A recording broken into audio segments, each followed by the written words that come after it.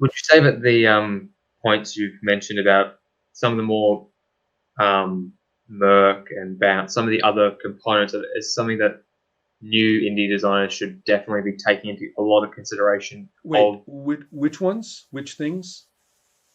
Merc, the other like making sure the medium works Yeah, at the I table. would. Well, this is really the point. If you're going to be an independent designer, which is to say that nobody's telling you what to do, right? You're not meeting someone else's marketing profile.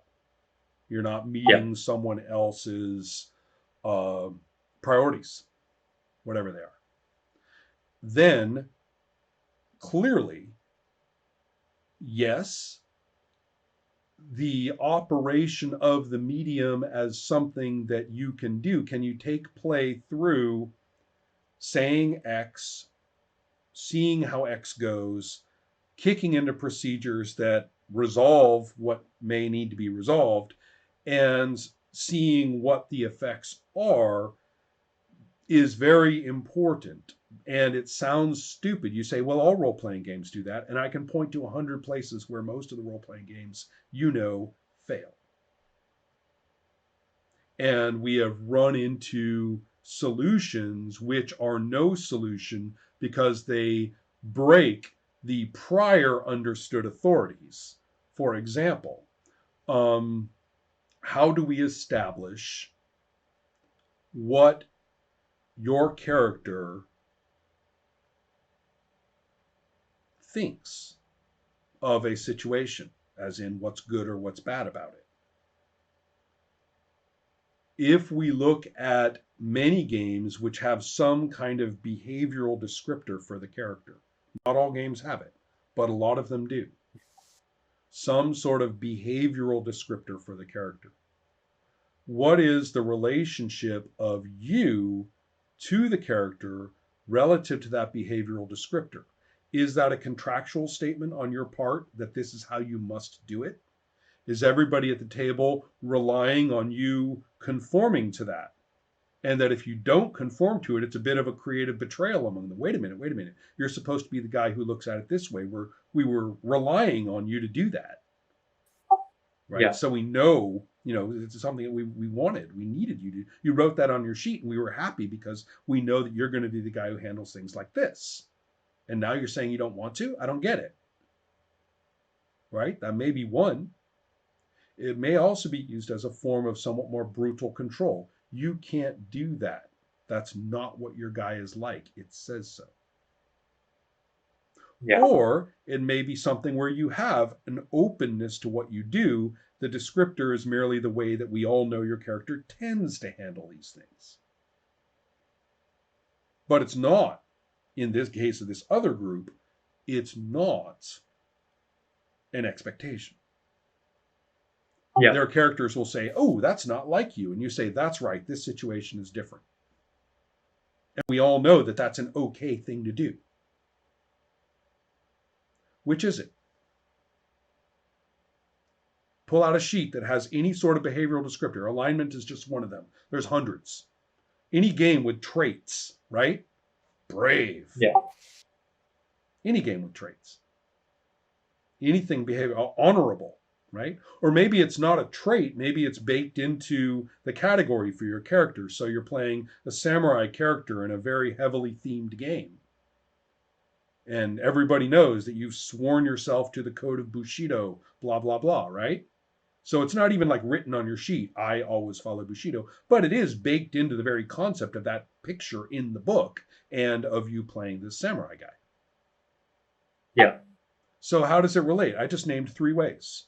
One, thespian expectations. Two, means of transitive control. Three,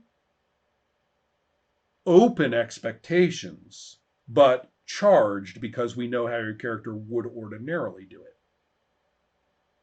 Which is it? I I wouldn't be able to say. Do you see what I mean? Yes, I see what you mean. Right. If you these are all ways for the medium to simply just hit a brick wall. the smooth operation of the medium as just doing what it does and being what it is, so that we can do with it as we are doing with it, with all of its welcome constraints. All media have welcome constraints, both generally and in particular, right? So every role-playing system is going to have its constraint as being a medium, fictional medium in the first place, and it's going to have local constraints based on its own systemic features. We wanted that. Those are good, right? Just like any other medium.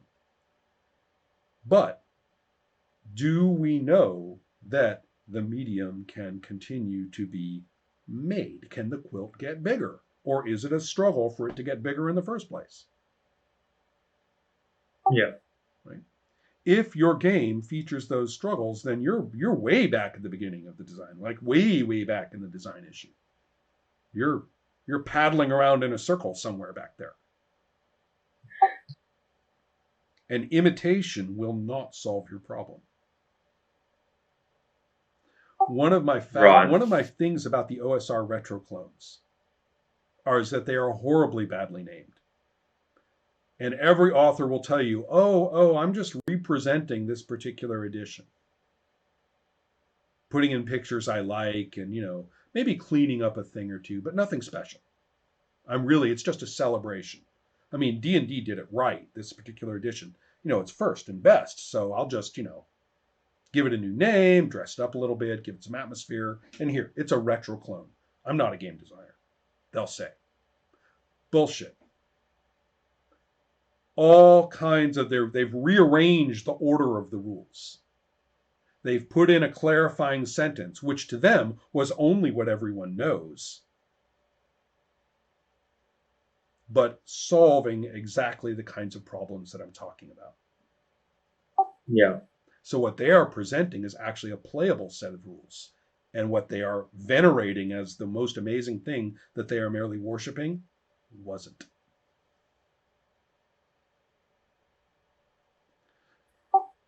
That's for the OSR school. It's highly characteristic of the OSR, yes.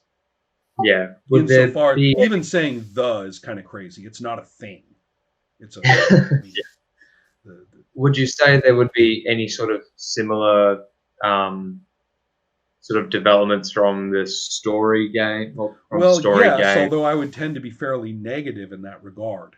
The one of the biggest issues that I didn't talk about with you, one of the guts, concerns something I call authorities, which is it's either a terrible word or it's a perfect word. Everyone gets upset about it one way or the other. But the idea is that at the table, there is a means by which we find out that a thing is what it is, whether it's backstory or whether it is the immediate circumstances of play, right, where we're at right now and what's happening there, or how things turn out, and finally, how things are described as a finalizing effect, especially if it mentions consequences, right? And different people can do this. It's often unconstructed for some and highly constructed for others. Many of us are familiar with centralizing it as much as possible in a single person. Right? You understand what I mean? But these are different things, and each one can be distributed among persons independently of how the others are distributed. So this is actually kind of a big deal because a lot of people think these things are deeply different. So that if we have group construction of the backstory, that somehow this makes this a fundamentally different experience of some one person constructing the backstory. Yeah. But it's not. Both of the situations of play, both of the fictional experiences and products have backstory. Who the fuck cares whether everybody contributed or one person did it? Now, granted, who the fuck cares does matter at a local and aesthetic level. For us at this time, the way we want to do it, it matters greatly. But theoretically, as a category of play, it doesn't matter at all. Right. As long as you know how it's being done in any given instance. So story games as a culture has this problem. They have found a particular set of constructions about how to do these things. One is to have a backstory, for example, be both group constructed, not just one person, and often to be constructed during play as opposed to prior to play. Okay, but that's not a school of game design. That's just a particular arrangement of techniques. Yeah. So what? Now you're going to insist that to be a story game, you have to have this and make a big deal of we don't have GMs around here. Trivia. You're branding the colors of your M&Ms. You know, congratulations. Yeah. So does that make any sense? Yep, that makes sense. Yeah, you're basically taking a bunch of things that should be wide open options for anybody to mess with the way they want to and construct the way they want to, and to address the fascinating question of are the combinations infinite, or are there interesting developmental nodes in which combinations of techniques really, really do something cool? That's a great question. I love that question. Yeah. But we're never going to get there if we define a game design culture as only being able to do it this, plus this, and that. Right. So correct me if I'm wrong, but sort of like those sort of cultures restricting the creative applications. Worse than that, they're socially reinforcing them and teaching it as pedagogy and also as identity in the community. So you're not one of us unless you do it. Right, I can see how that's quite a sort of it's a policy. Destructive. Who would want that, right? Yeah. Don't do it. I mean, it's really straightforward. Yeah, that. Don't do that. So, I mean, so yeah, I mean, those are my concerns. You asked about like what the designer should they consider these things. The answer is absolutely. I mean, if you want to dip into these communities and play the games and come to your thoughts about how they work and how you want to learn from them, that's fantastic. It's just like music, right? Go listen to all the other bands, play in different bands, realize that this drummer's a dick, or maybe he's not a dick, maybe he's incredibly talented, but you're just not going to be able to work with this guy. Or maybe you can work with this guy, but, you know, he's not that great, but he's good enough, okay? That's how I feel about some of the mechanics in some of my games. That drummer works great in this particular game, but he isn't all that good. Right. Yeah. But it's fitting for the rest of the game, so we're going to do it that way, right? Yep. So, I mean, if you go into game design, or better yet, let's just say play. Let's just remember that game design is just the mutant offspring of play, right? That's the mutant and often shocking and wait, we made that, you know, kind of offspring of play. That's a great way to look at it. Or you know, my other way that I repeat all the time. Role-playing is a fantastic activity, a great thing to do, have a great time at it. Some of us have a problem. It's a disorder.